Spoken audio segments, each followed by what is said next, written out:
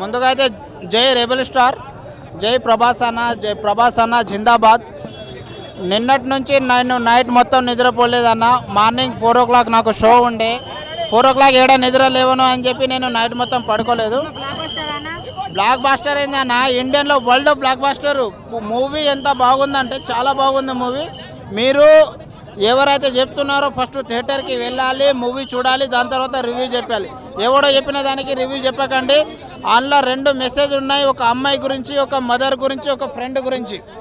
3 మెసేజ్లు ఉన్నాయి అన్న.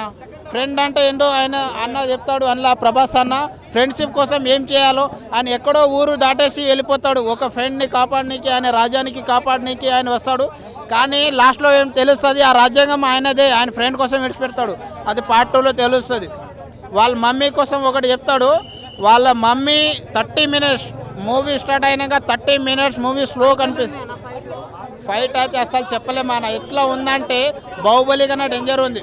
అందులో ఒక కత్తితో ఇట్లా పొడుస్తారు, ఇట్లా కట్ చేస్తాడు చూడు, ఎంత మంచిగా చూపిస్తాడు అంటే ఎంతోమంది ఉంటారు. అందులో ప్రభాస్ ఓన్లీ 1 man ఆర్మీ ఉంటాడు. ప్రభాస్ 1 man ఆర్మీ ఉంటాడు. ఆయన అంటే వాళ్ళ ఫ్రెండ్ని కొట్టడానికి వెళ్తుంటే ఈడపోయి ఆయనకి రిక్వెస్ట్ కావాలంటే నన్ను చంపేయండి, నా ఫ్రెండ్కి ఏం అనకండి అంటారు. ఆయన వాళ్ళు విన్నారు, ఒక కత్తితో కోసి పడేస్తారు. విన్నాడు. యాక్షన్లో ఎవరికి వినలేదు, తుక్కుడు కోసుడు యాక్షన్కి ఏం లేదు.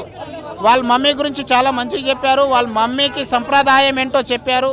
ప్రతి ఒక్క అబ్బాయిలకి 5 to 5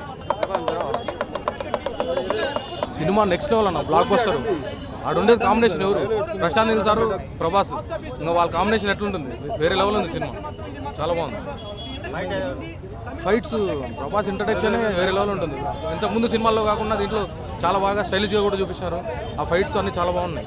అసలు మనం సీట్లో కూర్చొని చూడలేము, ప్రతి షాట్ లేసి క్లాస్ కొట్టాల్సింది, ఆ రేంజ్లో ఉంది, చాలా బాగున్నాయి.